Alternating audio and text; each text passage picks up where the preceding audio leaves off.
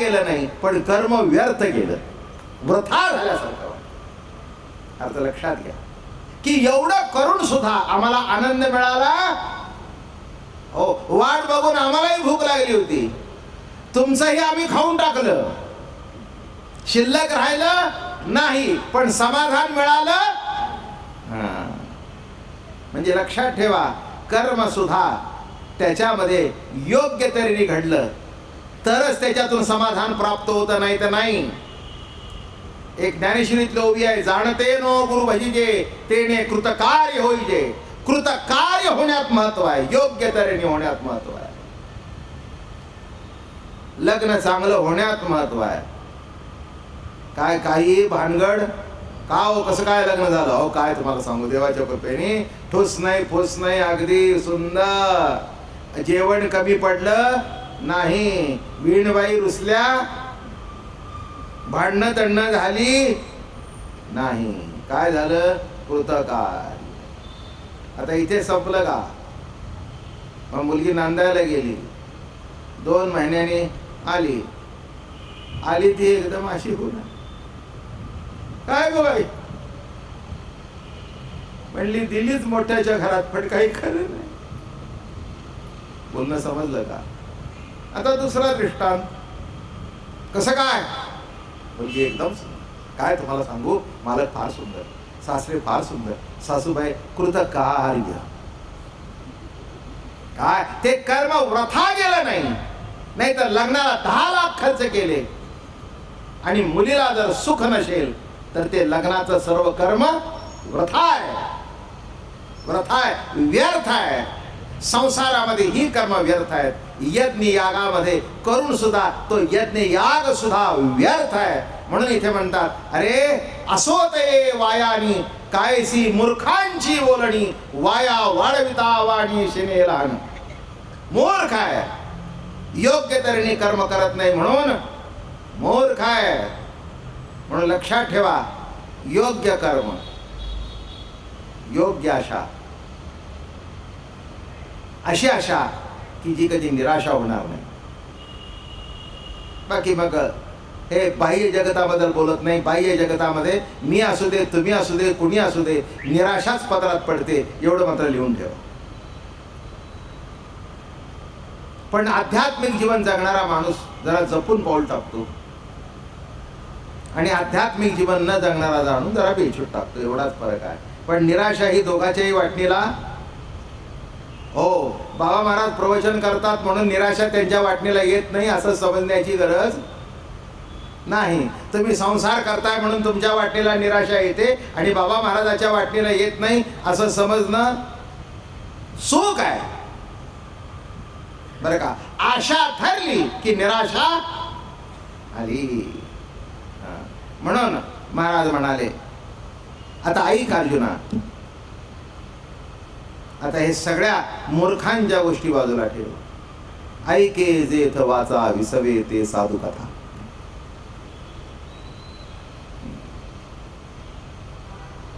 फार सुंदर विषय आहे. ऐके जेथ वाचा विसवे ते साधू कथा. ऐक म्हणाले. आता हे तामसी व तमगुणी लोकांचं वर्णन केलं. तामसी वृत्तीच्या लोकांचं वर्णन केलं. काळ बाजूला म्हणाले, आता उगीच नको यांचं वर्णन जास्ती. आता माझ्या वाणीला विसावा होईल आणि तुला ऐकताना कानाला बरं वाटेल अशी साधूंची कथा सांगतो. ऐके जे.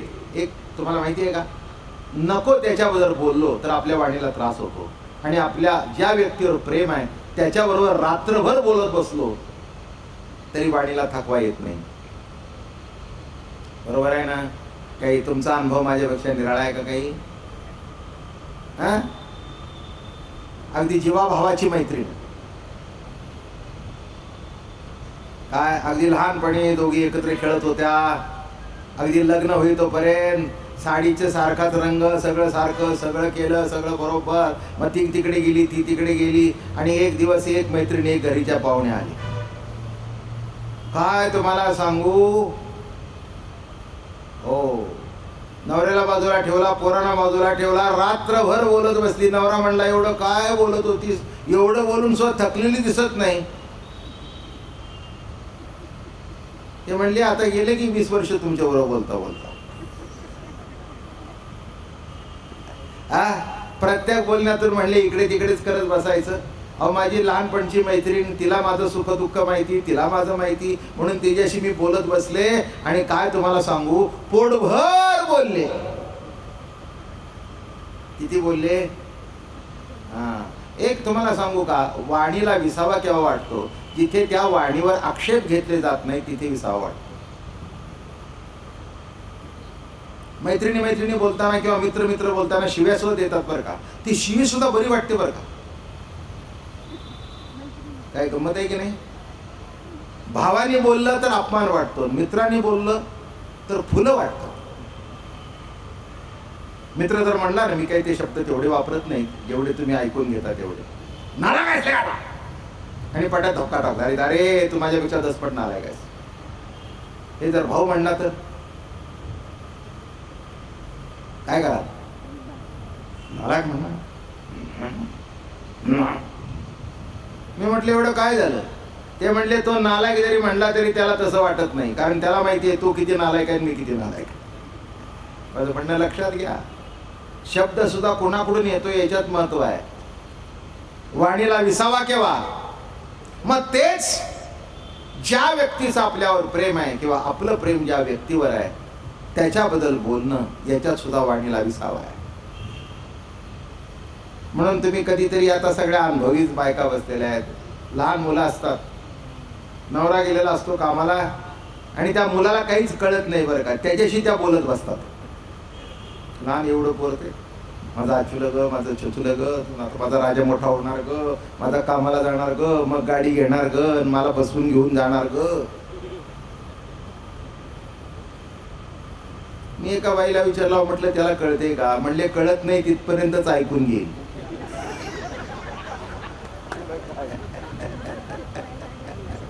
अहो त्याला कळत नाही, हे कळतंय मला म्हणून बोलते. ज्या वेळेला कळेल ना तेव्हा तो माझ्या वाऱ्याला सुद्धा उभा राहायचा नाही. म्हणून गंमत बघा, म्हणून मी नेहमी एक आवडीने दृष्टांत सांगत असतो, जिथपर्यंत मुलं आपल्या मांडीवर बसत असतात तिथपर्यंत भरपूर बसून घ्यावी. एकदा मांडीवरची खाली उतरली की शेवटपर्यंत आपली मांडी तुमच्या डोक्याला द्यायला सुद्धा येणार नाहीत. मराठी कळलं ना? हो, एकदा मांडीवरून खाली उतरली की पुन्हा मांडी द्यायला सुद्धा येणार नाही. हे जीवनाचं कटू सत्य आहे. मग समाधान कुठे? वाणीला. ज्ञानेश्वर महाराज म्हणाले, मी आता तुम्हाला सांगतो जिथे वाणीला समाधान होईल अशी कथा सांगतो, आणि ती कथा म्हणजे साधूंची. आता ही कथा म्हणजे काही लौकिक दृष्टिकोनातली कथा आहे का? नाही, ही अंतरंगाची कथा आहे, नाही का? आता ज्ञानेश्वर महाराजांचं लौकिक चरित्र आहेच आहे आपल्याला माहिती. संन्याशाची पोरं म्हणून नेटाळणी झाली, आई वडिलांना देहांत प्रायश्चित्त भोगावं लागलं, भिंत चालवली वगैरे वगैरे, हे लौकिक चरित्र माहिती आहे. तुकाराम महाराजांचं हे लौकिक चरित्र तुम्हाला माहिती आहे. पण ऐके जेथ वाचा विसवे ते साधू कथा, ही जी आता इथून कथा सुरू झालेली आहे ती अंतरंगाची कथा आहे. अंतरंगाची कथा सांगताना काय सांगतायत? पहिली ओवी म्हटली, तरी जयाचे चोखट मानस. कथा सुरू झाली, सुंदर कथा आहे. आता ही मगाशीच सांगितलं, इतिहास नव्हे, लौकिक कथा नव्हे, नाही का? तुलसीदास विशिष्ट कथा आहे, सूरदास विशिष्ट कथा आहे, ज्ञानेश्वर महाराज विशिष्ट कथा आहे. एका प्रांतात जन्माला आले, तुकाराम महाराज देवला जन्माला आले, एकनाथ महाराज पैठणला जन्माला आले, विशिष्ट कथा आहे. पण इथे काय सांगतायत? अंतरंगाची कथा सांगताना काय सांगतायत? तरी जयाचे चोखट माणूस, ज्याचं मन शुद्ध आहे असा. अवघड आहे, आणि अवघड आहे म्हणूनच साधूची कथा आहे. आपली कथा तर आपल्याला माहितीच आहे. आपलं मन प्रवचनात स्थिर राहत नाही, ते एरवी केव्हा स्थिर राहावं? देवापुढे बसलेलं असताना सुद्धा अस्थिर असतं. ते एरवी तरी स्थिर कसं राहावं. पण मला एक जाणवतं, प्रवचनात बसल्यानंतर 1 तास का होईना पण माणूस जरा नीट ऐकतो बरं. त्याला इकडे तिकडे हालून नाही दिलं, विषय नीट सांगितलं की त्याचंही चित्त बरोबर राहतं. हा माझा अनुभव आहे. इकडे तिकडे हे बघा, आता माझं चित्त 1 तास इकडे तिकडे जात नाही म्हणून सुसंबद्ध प्रवचन आहे. नाही तर ते म्हणाल महाराजांनी सुरुवात काय केली, काय सांगितलं कोणाला माहिती, वा असंबद्ध बोलत होते. म्हणजे सांगताना त्यांचं चित्त प्रवचनात काय. पण माझी खात्री आहे, एकदा ज्ञानेश्वरी उघडली की माझं चित्त असू दे किंवा तुमचं चित्त असू दे, खरंच जर ऐकण्याकरता आला असाल तर तुमचं चित्त इकडे तिकडे जाणारच नाही. आणि इकडे तिकडे चित्त न गेलं म्हणजे हळूहळू ते चोख होत राहतं. जे मनाला इकडे तिकडे धावायची सवय लागलेली आहे, मनाला एका ठिकाणी स्थिर राहण्याची सवयच नाही. आहे का आपल्या मनाला स्थिर राहण्याची सवय? एका जागेवर बसलेला असतो पण मन एका वेळेला 10 ठिकाणी जाऊन येतं, 10 गोष्टीचा विचार करतं. एक गोष्ट करत असताना, लिखाण करत असताना एक करत असतो पण डोक्यात 10 गोष्टी चाललेल्या असतात. मन चंचल आहे, स्थिर राहत नाही. स्थिर राहत नाही तर चोख कसं होणार? तरी जयाचे चोखट मानसी, चोख शुद्ध. जे मन प्रभूच्या ठिकाणी गुंजारव करतं ते चोख मन. जरा खालच्या लेवलला येऊन सांगतो, सगळ्याची तुमची आमची मन काही सतत देवाजवळ राहणार नाही आहे. पण मला नेहमी असं वाटतं, कुठे का जाईना पण पुन्हा देवाजवळ जर येतंय तर हळूहळू ते मन चोख होईल. मी विशिष्ट लेवलनी प्रवचन सांगतो. आपण संसारिक माणसं आहोत, काही घरदार प्रपंच मुलं बाळं सोडलेली नाहीत बरं का. प्रवचनाला येतानाच बायका घरच्या स्वयंपाकाची तयारी करून आलेल्या असतात बरं का. मला माहिती आहे, त्या गणेश क्रीडाला माझं प्रवचन चालू असतं की नाही, करेक्ट टाइम 7:45 म्हणजे 7:45, 7:45 म्हणजे 7:45. मी बघितलंय 7:45च्या अगोदर 2 मिनिट बायकांची चुळबुळ सुरू होते. मी म्हटलं का चुळबुळ सुरू झाली? नाही म्हणजे तिने ठरवून आलेली आहे की इथून सुट्टी इतकी भाजी टाकते. करेक्ट. जी चालत येतात ना माणसं ते अगदी ठरवून येतात. अमक्या तिथून निघाल्यानंतर 10 मिनिटात घरी आली की भाजी टाकली, तिथपर्यंत नवरा आला, पहिली सिरियल संपली. काय सिरियल संपे तोपर्यंत नवड्याच्या पुढे ताट, चर्चा करण्याचं कारण नाही, सगळं करेक्ट. माझं म्हणणं कळलं का? म्हणजे ते 1 तास मात्र चित्त इकडे तिकडे जात बरोबर राहतं, बरं करेक्ट. पण जरा टाइम वाढला, बघा मी बघितलंय कोणीही आल्यानंतर घड्याळ बघत नाही, एकदा बघतात. मग असं वाटतं ना की जेव्हा आता झाला बरं का 1 तास, मग तो बघू लागतो. मग आज प्रवचन वाटलं बरं 5 मिनिट, काय करावं पण माहित. हे तर घरी आले असतील, पुढे शंख करायला नको. हो हे बघा, जे नवरा बायको प्रवचनाला येतात ना त्यांचं चांगलं असतं. पण फक्त बायकी जर येत असेल आणि पुरेच येत नसेल ना तर तिला रोज बोलणी खावी लागतात. हा अरे असतील तुमचे बाबा महाराज, आता काय तुमचं झालं सुरू. माझं बोलणं कळलं का? आणि बायको जर येत नसेल तर काय, आता कालच वाचतो पेपरमध्ये महाराज आलेत, मग आता आपण रोज प्रवचनाला जाणार. ठीक आहे जा. दोघे येत असतील तर फारच चांगलं असतं. नेहमी ही भानगड कधी निर्माण होत नाही, कधीही वाद होत नाही.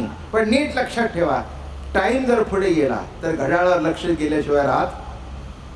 पण काही का असेना, काही काळ का होईना ते चित्त चोखट होतं.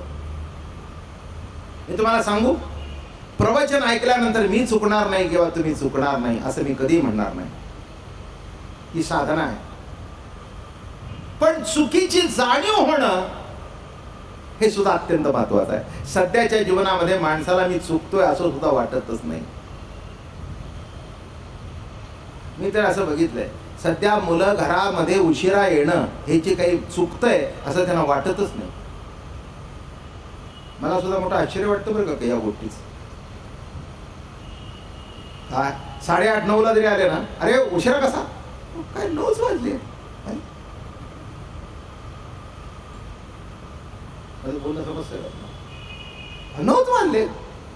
अरे मग किती वाजायला पाहिजे?